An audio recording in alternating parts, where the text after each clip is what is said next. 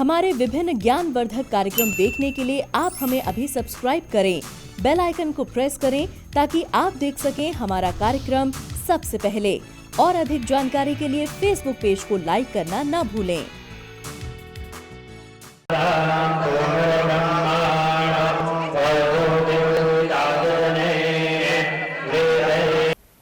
जय माँ इंद्राक्षी।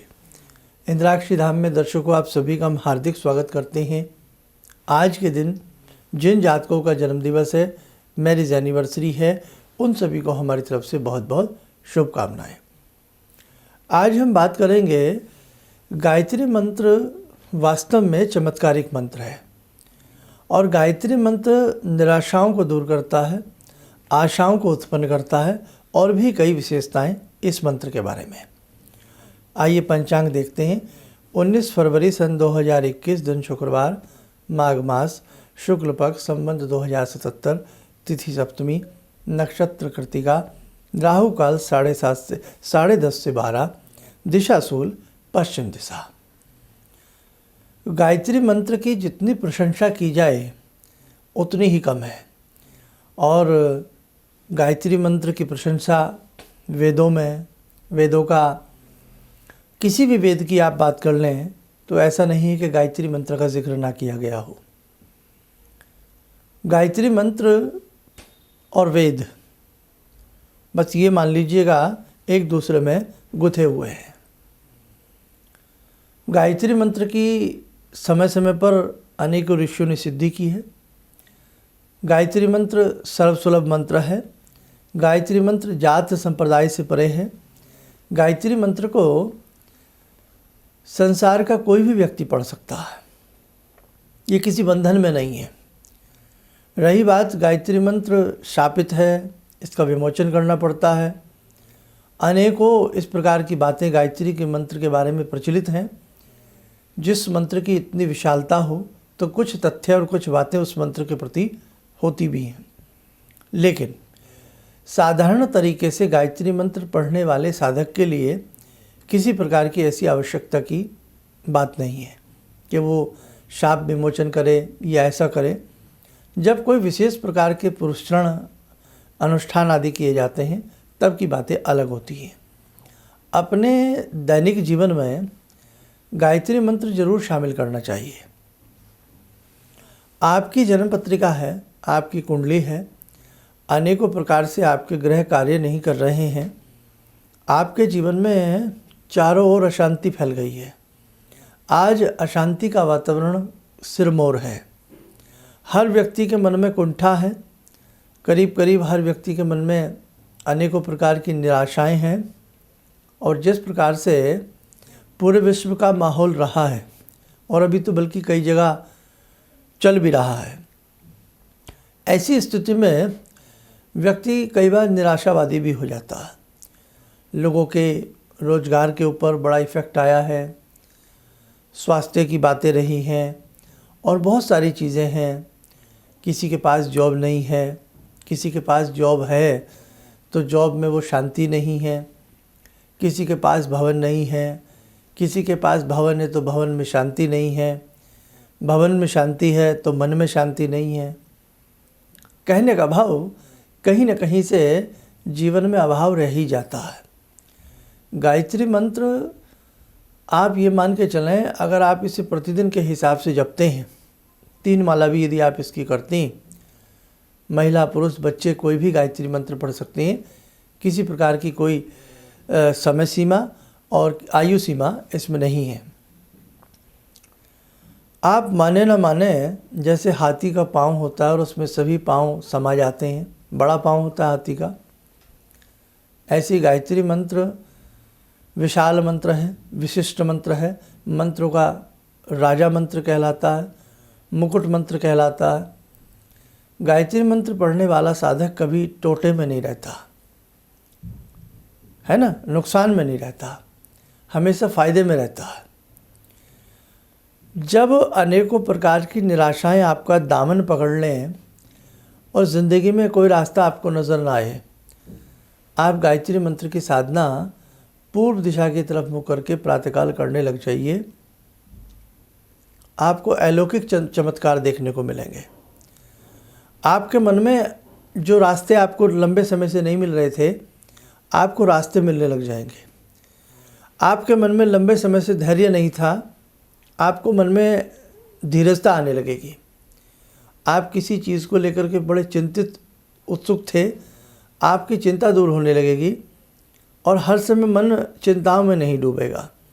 ऐसे हज़ारों लाखों लोग हैं जो हर समय हर पल चिंता आतुर रहते, चिंताओं में जिनका मन खोया रहता है, डूबा रहता है। तो कहने का भाव, गायत्री मंत्र वास्तव में बहुत ही अच्छा मंत्र है।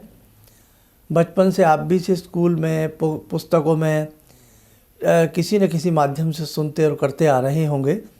तो कोई चीज़ जो इतनी प्रचलित हो, जो स्कूलों के प्रांगण की प्रेयर तक कराई जाती हो, तो उसे आप मामूली ना समझें।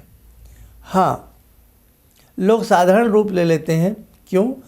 कि इसको तो हम बचपन से पढ़ रहे हैं, हमारे दादा पढ़ते थे, नाना पढ़ते थे, हमारे पापा पढ़ते हैं, मम्मी पढ़ती है, स्कूल में हम पढ़ते थे, हमारी मैडम पढ़ाती थी, हम ऐसा करते थे। तो बहुत लोग सोचते हैं अब कुछ और हो जाए। नहीं, आपने कभी ये गौर नहीं किया कि इतना ऐसा इस मंत्र में क्या है कि इसको नाना करते थे, काका करते थे, दादा करते थे, बुआ करती हैं, पापा करते हैं, हमारे टीचर करते हैं, हमारे गुरुजी करते हैं। क्या है ऐसा? कुछ तो है ना। इसीलिए महामंत्र है। योगराज भगवान श्री कृष्ण ने गायत्री मंत्र की दीक्षा ली अपने गुरु सांदीपनी से। भगवान श्री राम ने दीक्षा ली। आप क्या समझ रहे हैं, भगवान श्री कृष्ण आंखें बंद करके ये मंत्र पढ़ते होंगे, ओम कृष्णाय नमः? भाई कुछ तो, जब उन्होंने धरा पर रूप धरा तो कुछ तो वो करते हैं ना। तो कहने का भाव, गायत्री महामंत्र देव, यक्ष, किन्नर, नाग, वासुकी सभी प्रकार के, चाहे वो देव हों, यक्ष हों, गायत्री मंत्र के लिए सभी लालायित रहते हैं।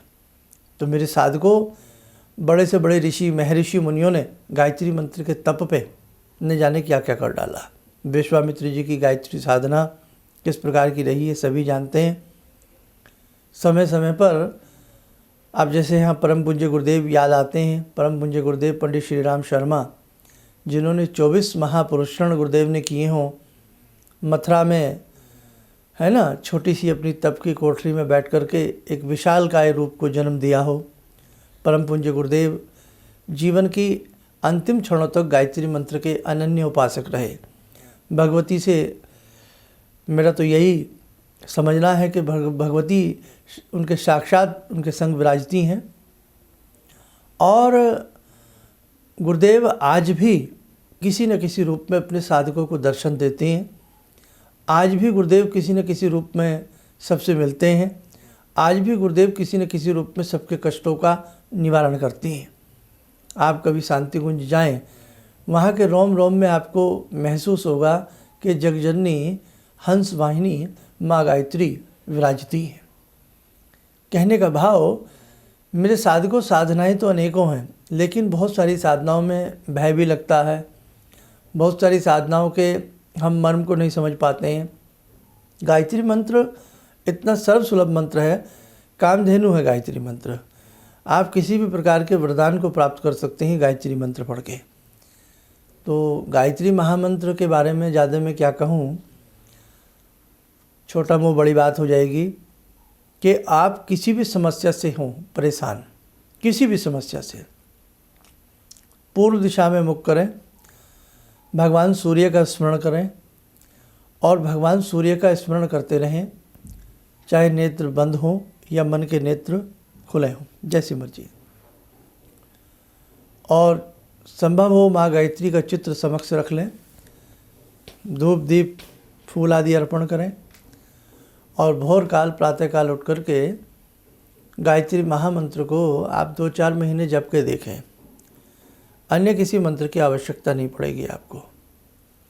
ऐसा चमत्कारिक अलौकिक गायत्री मंत्र है।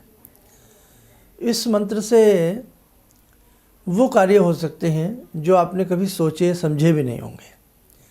वो समस्याएं, वो गुत्थियां सुलझ सकती हैं जो कभी किसी ने सोची और समझी नहीं होगी। धियो यो नः प्रचोदयात्। क्या कहा गया है कि परम पिता परमेश्वर हमें ऐसा शुभ आशीष दें कि हम सदैव सन्मार्ग की तरफ प्रेरित हों। भगवान से हम दूध दही मक्खन जॉब सैलरी कुछ नहीं मांग रहे हैं। हम भगवान से वो ज्ञान का प्रकाश मांग रहे हैं जो हमें मोक्ष की तरफ ले जाए, हमारी उन्नति करे। हमारा पतन हो रहा है तो पतन ना हो, हम उत्थान की तरफ अग्रसर हों, रोम रोम हमारा पुलकित हो उठे। इसलिए कई बेटियां, कई बार फ़ोन पे बात होती है तो बड़ी निराशा में डूबी होती हैं। कई बार कई बच्चे, कई परिवार निराशाओं में डूबे होते हैं, कोई विवाह की वजह से, कोई जॉब की वजह से, कोई सैलरी पैकेज की वजह से, नाना कारणों से, कोई बॉस की डांट फटकार की वजह से। आप गायत्री महामंत्र पढ़ना शुरू करें, फिर देखें आपको बहुत बहुत अच्छा लाभ मिलेगा। आइए मेरे साथ को समय चला आज की ध्यानमाला का, जुड़ते हैं आज की ध्यानमाला में जग जननी भक्त वत्सला माँ अम्बे से। ओम सिंदूरारुण विग्रहां त्रिनयनां माणिक्यमूले स्फुरात् स्तारानायकशेखरं स्मितमुखी भापेन वक्षोरुवां पाणिभ्यामलपूर्णरत्नचषकां रत्नोत्परां बिभ्रति सौम्यां रत्नघटस्थरक्तचरणां ध्यायेत्पराम् अम्बिकां खड्गं चक्रगदेषु चापपरिगान् शूलम्बुशोण्डिं शिरा शङ्खं संदधतीं करे स्त्रीनयनां सर्वाङ्गभूषावृतां नीलास्मद्युतिमास्य पाददशकां सेवे महाकालिकां यामास्तो स्वपितैहरो कमलजो हन्तुं मधुं कैटवम् विद्युद्दामसमप्रभां मृगपते स्कन्दस्थितां भीषणां कन्या विहकरवालखेटविलसा धस्ताविरासेवितां हस्तैश्चक्रगदाशिखेटविशिखां चापं गुणं तर्जनीं विप्राणामलिलात्मिकां शशिधरां दुर्गां त्रिनेत्रां भजे। कवच बना लें, ध्यान करें। माँ अम्बे माँ गायत्री का रूप है और गायत्री ही माँ अम्बा है, ये आभास करें और उनका आशीर्वाद हम सब के ऊपर बरस रहा है।